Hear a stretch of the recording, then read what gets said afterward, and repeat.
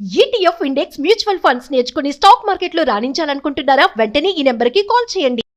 నమస్కారం శ్రీ ఆచార్య అనంతకృష్ణ స్వామి గారు. నమస్కారం అండి. సో ఈ వీడియోలో ఏం చెప్తున్నారు? ప్రేమ అనేది భార్యాభర్తల పట్ల ఉన్న ప్రేమని ప్రేమని అన్నారు. ఓకే, అలాగే తండ్రి పిల్లల మధ్య ఉన్న ప్రేమని ప్రేమని అన్నారు. ఓకేనా? ఇది వినడానికి కొద్దిగా విచిత్రంగానే ఉంది. అది స్వచ్ఛమైన ప్రేమనా, అసలు నిజమైన ప్రేమనా, అసలు దాన్ని ఏమని చెప్తాం మనం? సరే, ఒక కూతురికి తండ్రికి ప్రేమ ఉంది, బాగా గాఢమైన ప్రేమ. ఇద్దరికి తండ్రి లేకపోతే కూతురు ఉండలేదు, అవును, కూతురు లేకపోతే తండ్రి ఉండాలి. అంతా వాళ్ళు ప్రేమ దృక్పథంలో తండ్రి కూతురు అనుబంధంతో అలా ఉన్నారు. వాళ్ళు ఇద్దరు కూతురు ఉన్నారు. ఓకే, ఇద్దరు కూతురు మీద ఆయనకు సమానమైన ప్రేమ ఉంది. పెళ్ళి అయిపోయింది ఇద్దరికి. ఎప్పుడు ఒక కూతురికి కొద్దిగా ఎక్కువ మొత్తంలో ఇచ్చాడు తండ్రి, అనుకోకుండా ఓ బంగారు నగను ఏదో కొద్దిగా ఎక్కువ ఇచ్చాడు. ఇప్పుడు ఆ రెండో కూతురు ఏం ఆలోచిస్తుంది? నాకు తక్కువ చేశారే అని ఆలోచిస్తుంది. కొద్దిగా నా ఫీలింగ్ ఉంటుందా లేదా? ఉంటుందండి, ఎందుకంటే మా నాన్న నన్ను అక్కని అంత సమానంగా చూశారు కదా, అలాంటిది నాకు ఇలా ఎందుకు చేశాడు అవును అని కొద్దిగా ఆలోచించడం జరుగుతుంది. ఇక్కడ ఇంకో విషయం ఏంటంటే, ఇప్పుడు ఆ అమ్మాయికి కొద్దిగా ఎక్కువ ఇవ్వడంలో వాళ్ళ పరిస్థితి బాగాలేదు కాబట్టి ఇంకా కొద్దిగా ఎక్కువ ఇచ్చాడు ఆయన. ఓకే, ఆమె కొద్దిగా ఇంకా పెద్ద మొత్తంలో వంట చెప్పాడు. అప్పుడు ఈ కూతురు ఇంకా బాధపడిపోతుంది. ఓకేనా? అన్నీ ఆమెకి వేస్తున్నాడు, నాకు ఇవ్వట్లేదే. దాని విషయంలో ఏమైపోతుంది అంటే, అప్పటింతకు ముందు ఉన్న ప్రేమ ఇప్పుడు ఉండదు. ఓకే, అంటే ఇప్పుడు ప్రేమ నిజమైందో సరైందో కాదా? ఓకేనా? ఇక్కడ ఏమైపోతుంది అంటే కన్ఫ్యూజన్లో ఉంటారు జనాలు. ఇది సరైన ప్రేమనా, ఇది స్వచ్ఛమైన ప్రేమనా, ఇది ఏంటి? మన సబ్జెక్టులో ప్రేమ ఎవరికి ఇవ్వాలి? మన సబ్జెక్టులో ప్రేమని ఎవరు కోరుకుంటారు? మన సబ్జెక్టులో ప్రేమను దేంతో సూచిస్తారు? ఇది తెలియనంత మట్టికి ఇప్పటి వరకు మనం చూపించే ప్రేమలు ఏవైతున్నాయో ఒక్కసారి అది ఎలాబరేట్ చేయండి, నేను కూడా తెలుసుకోవాలని. ఇప్పటిదాకా మనం చూపించే ప్రేమలు ఏవైతున్నాయో అవన్నీ కూడా మనం నిజమైన ప్రేమలు అనుకునే భ్రమలో ఉన్నాం మనం. కాబట్టి అవి స్వచ్ఛమైన నిజమైన ప్రేమలు కాదు. మీ ప్రేమను ఎవరు కోరుకుంటారంటే, మీ గుండె కోరుకుంటుంది, మీ హృదయం కోరుకుంటుంది. అర్థమైందా? అది మీరు ఎంత ప్రేమనిస్తే అంత స్వీకరించడానికి సిద్ధంగా ఉంటుంది. ఎందుకంటే మీ హృదయం అనేది ఆకలితో ఉంటుంది. ఏ ఆకలితో ఉంటుందంటే ప్రేమ అనే ఆకలితో ఉంటుంది. అందుకే మనం దాన్ని ఎరుపుగా సూచిస్తాం. లవ్ సింబల్ని ఎరుపుగా సూచిస్తాం. మీకు గుండెని కూడా ఎరుపుగా సూచిస్తాం, లవ్ సింబల్ని కూడా ఎరుపుగా సూచిస్తాం. కాబట్టి ప్రేమను ఎవరికి ఇవ్వాలి అంటే మీ హృదయానికి ఇవ్వండి. నేను ఇంతకుముందు కూడా చెప్పాను, మీ బాడీలో ఏది పని చేసినా ఏది పని చేయకపోయినా అదంతా సంబంధం లేదు మన సబ్జెక్ట్లో.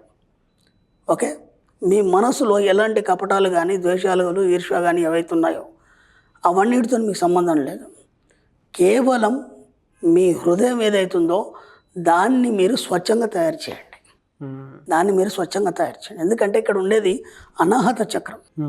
ఈ అనాహత చక్రం ఏదైతుందో అది మన ఆజ్ఞ చక్రంతో విశ్వానికి కనెక్ట్ అవుతుంది. మీరు ఇది ఒక్కదాన్ని క్లీన్ చేస్తే చాలు. క్లీన్ చేయాలంటే దీనికి ఏమి ఇవ్వాలంటే మనం ప్రేమని ఇవ్వాలి.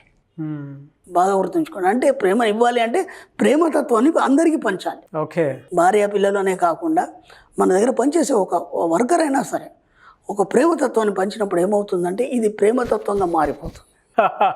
అర్థమైందా? హృదయం అనేది ప్రేమ. అంటే ఇక్కడ ఉన్న నెగిటివ్ ఏదైతుందో ఆ నెగిటివ్ అంతా మెల్లిగా క్లీన్ అయిపోతుంది.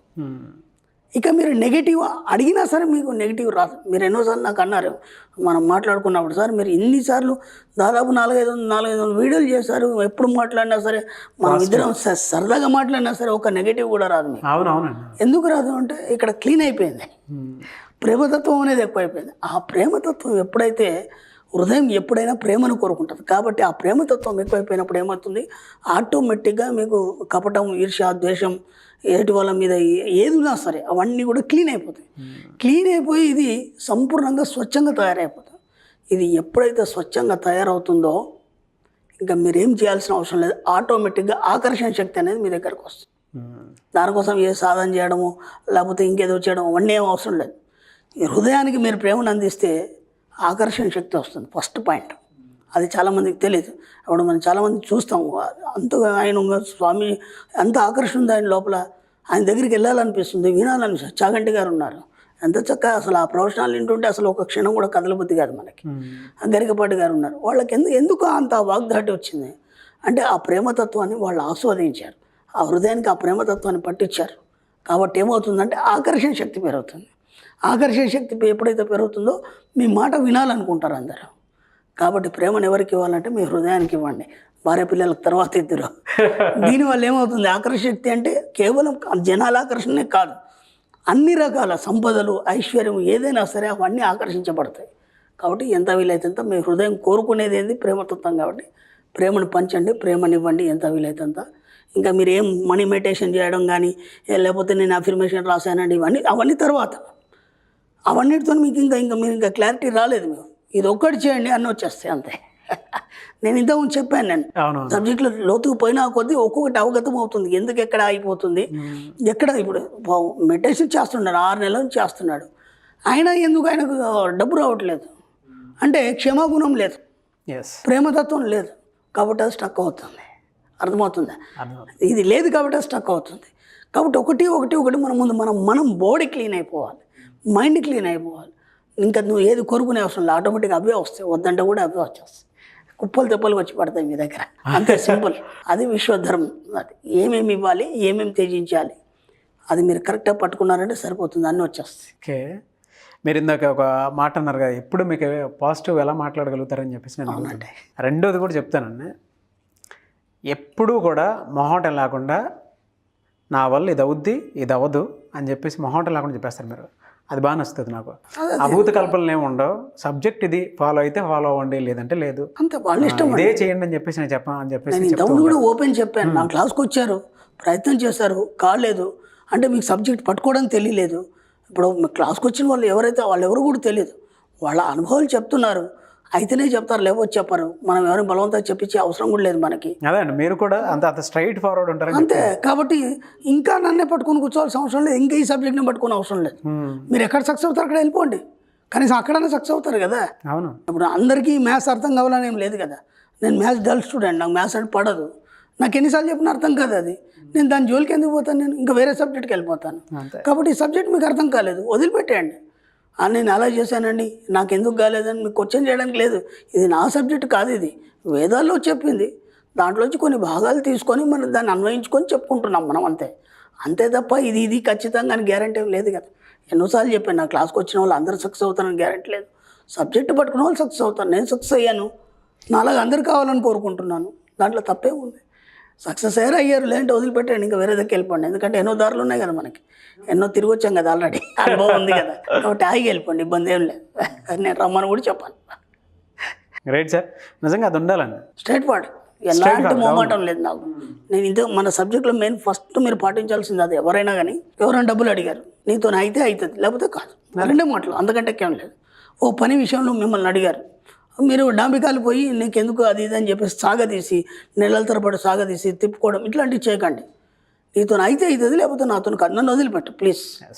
వాళ్ళకి చేసావు కదా, నాకెందుకు కదా. అప్పుడు ఆ పరిస్థితి వేరు, ఆ పరిస్థితిలో అది సాధ్యమైంది, ఇప్పుడు కాదు. నిర్మోహమాటంగా చెప్పండి. మీరు మొహమాట పడి ప్రాణం మీదకి తెచ్చుకొని వాళ్ళతో అనవసరం మాటలు పడడం ఇట్లాంటివి చేయకండి దయచేసి. డెఫినెట్లీ ఓపెన్గా చెప్పండి, మీతో ఏమవుతుందో అది చెప్పండి, కాదని చెప్పండి. నాకు కొందరు అడుగుతారు, స్టూడెంట్స్ కానీ వాళ్ళు అడుగుతారు, ఏమండి ఫలానా ఏంది అని అడుగుతారు. నాకు తెలియదు అంటాను, వాళ్ళు అంటారు మీ తెలియపోవడం ఏంటండి, ఇన్ని చెప్తారు కదా. నాకు తెలియనప్పుడు నేను ఏం చేయాలి మరి? అంతే. నాకు ఆ సబ్జెక్ట్ మీరు అడిగింది నాకు తెలియదు, నాకు తెలిసింది నేను చెప్తాను, తెలిసింది పక్కా చెప్తాను ఇది అని. మీరేమంటారు తెలియదు, మీకు ఎందుకు తెలియదు అంటే నేనేం చేస్తాను, నాకు తెలియదు, నిజంగా కూడా తెలియదు అంటే వాళ్ళు నమ్మరు. వాళ్ళు తెలియదు ఎందుకు అనవసరంగా కథలు చెప్పాలి మనం, అవసరం ఏముంది మనకి, తెలిస్తే తెలుస్తా అంటారు, లేకపోతే లేదు, సింపుల్ అంతే. అలా నిర్మోహమాటం ఉన్నప్పుడే నీ సబ్జెక్టులో ముందుకెళ్తావు. ఏది కూడా నువ్వు పికల మీద పెట్టుకొని అనవసరంగా దాన్ని పట్టుకొని సాగదీసి నీ టైం వేస్ట్ చేసుకొని వాళ్ళకి ఇబ్బంది పెట్టే ప్రయత్నాలు చేయకండి. ఎక్కడ కూడా ఏదైనా ఓపెన్గా చెప్పండి. అందుకే మీ భావాల్ని స్వేచ్ఛగా ప్రకటించాలని చెప్పాను, ఎక్కడ కూడా మొహమాటాలు లేకుండా. Thank you so much sir. Suman టీవీలో మీ పర్సనల్ అండ్ బిజినెస్ ప్రమోషన్స్ కోసం కింది నెంబర్కి కాంటాక్ట్ చేయండి.